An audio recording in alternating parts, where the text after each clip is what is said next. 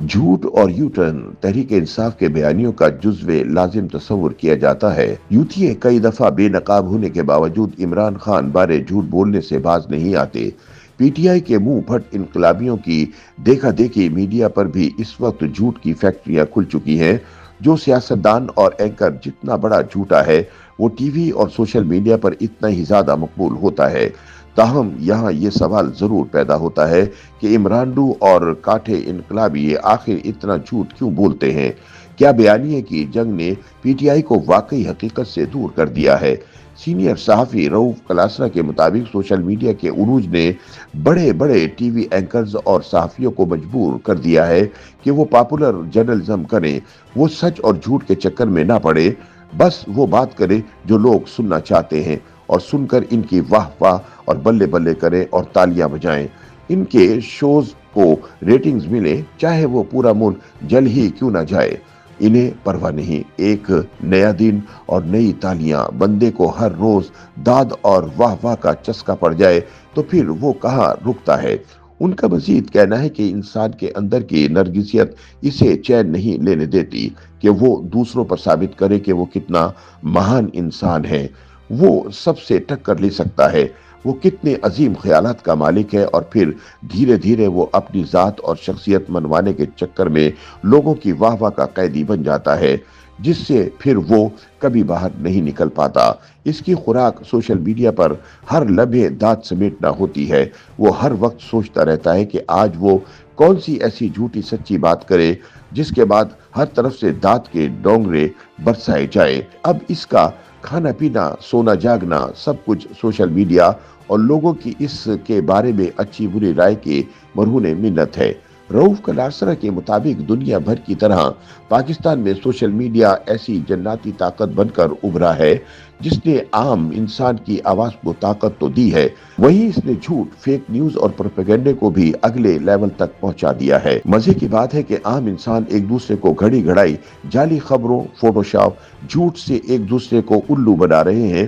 ایسی احمقانہ باتوں اور پوسٹ کے ہزاروں لائکس اور شیئر ہوتے ہیں کہ بندہ حیران ہو جاتا ہے کہ ہمارا آئی کیو لیول یا کامن سینس کتنا ہے۔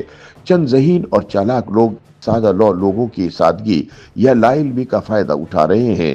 اس سے اندازہ لگانا مشکل نہیں، اگر آج کے دور میں بھی ہمیں بے وقوف بنانا آسان ہے تو کچھ صدیاں پہلے اس خطے کی کیا حالت ہوگی اور کیسے کیسے لطیفے ہوتے ہوں گے۔